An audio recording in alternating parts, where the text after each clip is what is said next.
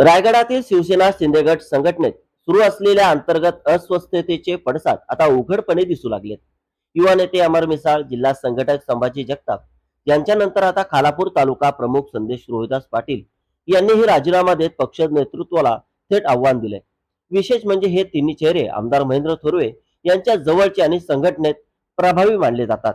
अलीकडेच कोकण पदवीधर विधान परिषद निवडणुकीत राष्ट्रवादी काँग्रेसचे उमेदवार अनिकेत तटकरे यांच्या उमेदवारी अर्ज दाखल करताना आमदार थोरवे यांनी लावलेली हजेरी आणि त्यानंतर स्थानिक शिवसैनिकांमध्ये वाढलेली नाराजी हा चर्चेचा विषय ठरलाय.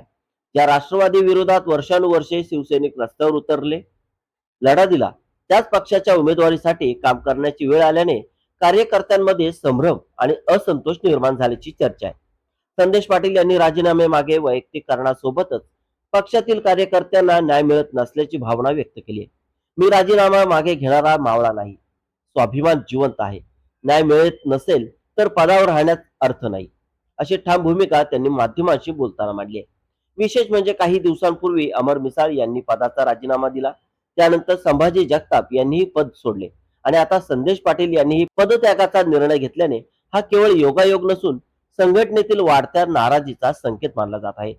कर्जत खालापूर पट्ट्यात शिंदे गटाचा मजबूत प्रभाव मानला जात असताना एका पाठोपाठ एक पदाधिकाऱ्यांचे राजीनामे समोर येणे हे आगामी स्थानिक स्वराज्य संस्था आणि इतर निवडणुकांच्या पार्श्वभूमीवर पक्षासाठी धोक्याची घंटा मानली जात आहे.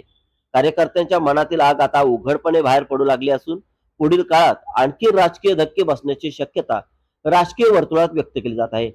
राजीनाम्यांची ही मालिका केवळ व्यक्तिगत नाराजी आहे की संघटनेतील मोठ्या असंतोषाची नांदी, याकडे आता संपूर्ण रायगडचे लक्ष लागले.